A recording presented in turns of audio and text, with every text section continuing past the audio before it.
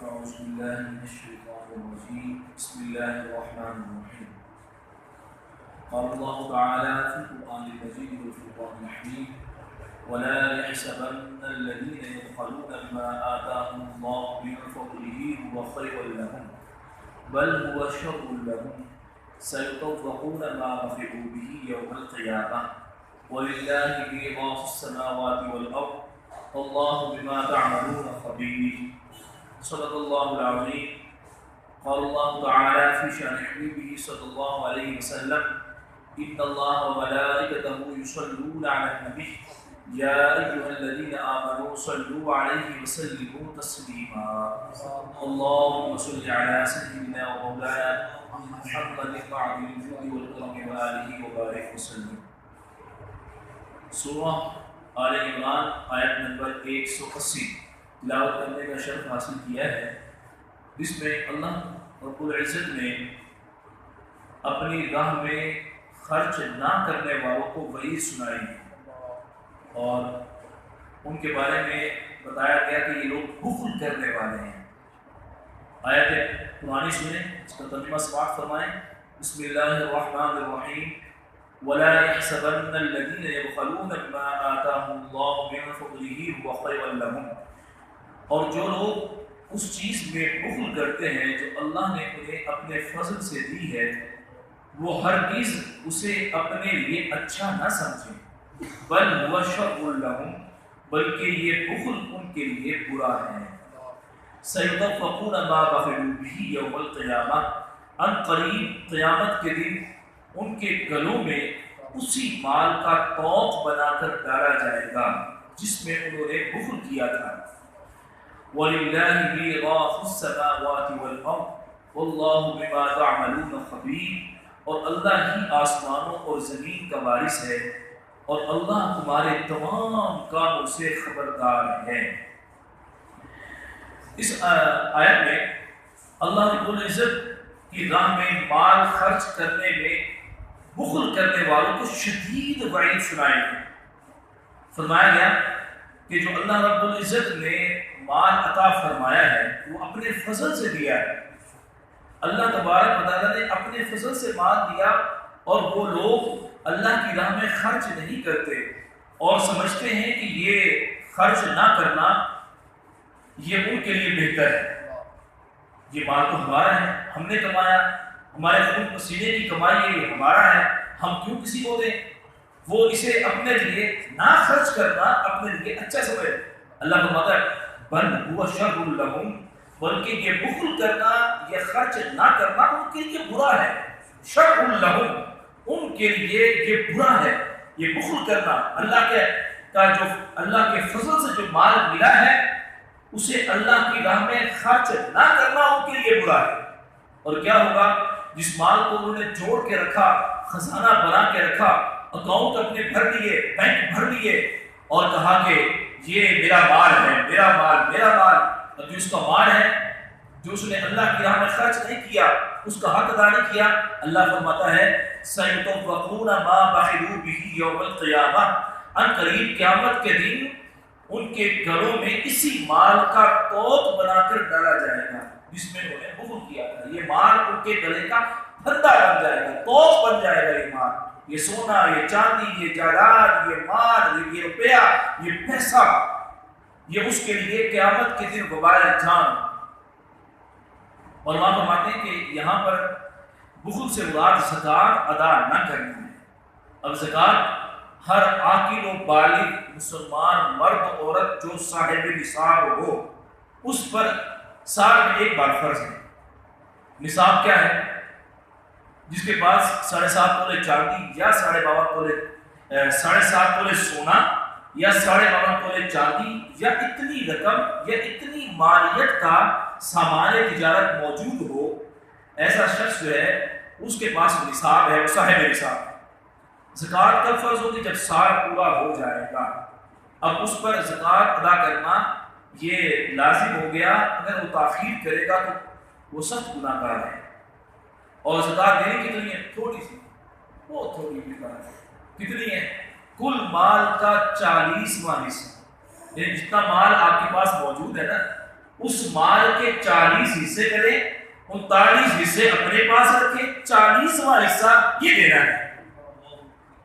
سوچے ذرا، 10واں حصہ بھی نہیں، 20واں بھی نہیں، 40واں حصہ کل مال کا 2.5% یہ زکات ادا کرے۔ کتنی بنتی ہے؟ 1 لاکھ میں صرف 2500 روپے، 2500 روپے 1 لاکھ۔ لیکن انسان کتنا حریص ہے، یہ 2500 روپے نکال، جس کے پاس 5 لاکھ ہے، 5 لاکھ کے کتنے بنے گے؟ 10,000 بنے گی زکات، ایسے بنے گی نا، 10,000 بنے گی نا، یعنی 12,500 بنے گی۔ یہ دیکھو 5 لاکھ روپیہ کس نے دیا تھا؟ اللہ رب العزت نے عطا فرمایا ہے۔ اب اس میں سے اتنی تھوڑی سی رقم اللہ کی راہ میں خرچ کرتے ہوئے ڈرتا ہے، تو اب اس کو وہی سنائی گئی کہ قیامت کے دن یہ مال جس کا حق ادا نہیں کیا گیا، جس مال پہ بخل کیا، یہ قیامت کے دن تمہارے گلے کا توق بن جائے گا، پھندا بن جائے گا۔ اور سورہ توبہ کے اندر کیا کہا گیا؟ سنیے سورہ توبہ کی آیت، والذین یکنزون الذھب والفضة ولا ينفقونها في سبيل اللہ، جو سونا اور چاندی جوڑ جوڑ کے رکھتے ہیں اور اسے اللہ کی راہ میں خرچ نہیں کرتے، فبشرهم بعذاب الیم، انہیں دردناک عذاب کی بشارت سنا دیجئے۔ یوم یحمى علیہا فی نار جہنم، قیامت کے دن وہ مال اور سونا چاندی جہنم کی آگ میں تپایا جائے گا، گرم کیا جائے گا۔ فتقوی بها جباہهم وجنوبهم وظہورهم، اور پھر اس مال سے، تپائے ہوئے مال سے ان کے چہرے، ان کی پشتیں، ان کی کروٹیں ڈالی جائیں گی، اور ھذا ما کنزتم لانفسکم، کہا جائے گا یہ ہے وہ مال جس کو تم نے خزانہ بنایا تھا، فذوقوا ما کنتم تکنزون، اب چکھو جو تم جوڑ کے لائے تھے، جو تم نے جوڑا تھا۔ تو زکوٰۃ اگر فرض ہے، صاحب نصاب ہے، بخل نہ کیجیے، اللہ کی راہ میں دیجیے۔ زکوٰۃ دینے سے مال کم نہیں ہوتا بلکہ مال بڑھ جاتا ہے، اور جس مال میں زکوٰۃ شامل ہو، زکوٰۃ نہیں نکالی، زکوٰۃ شامل اس مال کے اندر ہے، وہ بقیہ مال کو ہلا کر، اللہ کے پیارے نبی صلی اللہ علیہ وسلم نے ارشاد فرمایا کہ جس مال کی زکوٰۃ ادا نہ کی جائے، اندیشہ ہے کہ وہ مال ڈوب جائے گا یا جل جائے گا یا چوری ہو جائے گا۔ اب سنیے، بخاری شریف کی حدیث میرے سامنے، حضرت ابو ہریرہ رضی اللہ تعالیٰ عنہ اس کے راوی ہیں، فرماتے ہیں رسول کریم صلی اللہ علیہ وسلم نے ارشاد فرمایا جس کو اللہ عز و جل نے مال دیا اور اس نے زکوٰۃ ادا نہ کی، روز قیامت وہ مال سانپ بن کر اس کو توق کی طرح لپٹے گا اور یہ کہہ کر ڈستا جائے گا کہ میں تیرا مال ہوں، میں تیرا خزانہ ہوں۔ وہ سانپ کی شکل اختیار کر جائے۔ اللہ رب العزت ہمیں اپنی راہ میں خرچ کرنے کی توفیق عطا فرمائے، ہمیں بخل سے بچائے۔ اللہ رب العزت ہمیں مال کی محبت سے بچائے۔ مال کی محبت انسان کو تباہ کر دیتی ہے۔ یہ مال کی محبت بھائی کو بھائی سے، بھائی کو بہن سے، بلکہ اولاد کو اپنے والدین سے جدا کر دیتی ہے۔ مال کی محبت، والدین تو اللہ سے محبت کرتے ہیں، لیکن اولاد، کئی مرتبہ دیکھا ہے اولاد اپنے ماں باپ کو چھوڑ جاتی ہے مال کی وجہ سے۔ یہ مال کی محبت ایسی ہے، مال یعنی ایسی چیز ہے، اللہ رب العزت ہمیں حب مال سے بچائے، حب دنیا سے بچائے۔ جو مال اللہ رب العزت نے ہمیں دیا ہے، اگر صاحب نصاب بن گئے ہیں تو اس کا حق ادا کیجیے، اور سب سے پہلے حق کس کا ہے؟ اقربین کا ہے، جو قریبی عزیز ہے نا، وہ ان کا حق ہے زکوٰۃ میں۔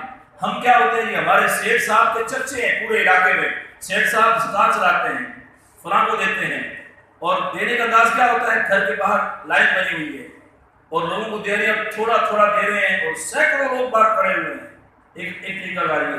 اور جو اقربین ہیں، قریبی عزیز ہیں، جو مستحق ہیں، ہمارے خاندان برادری کے گلی کی ایون پڑوسی ہے، اس کی طرف توجہ ہی نہیں ہے۔ وہ مستحق ہے، اس کو کوئی پوچھتا ہی نہیں ہے، صرف شہرت کے لیے کہ میڈیا پر آ جائے، اخبار میں آ جائے، وبا ہو جائے، شہرہ ہو جائے۔ یاد رکھیں کہ جو جس نیت سے عمل کرتا ہے، پھر قیامت کے دن جس نیت سے عمل کیا ہوگا اس کا ثمر بھی ویسا ہوگا۔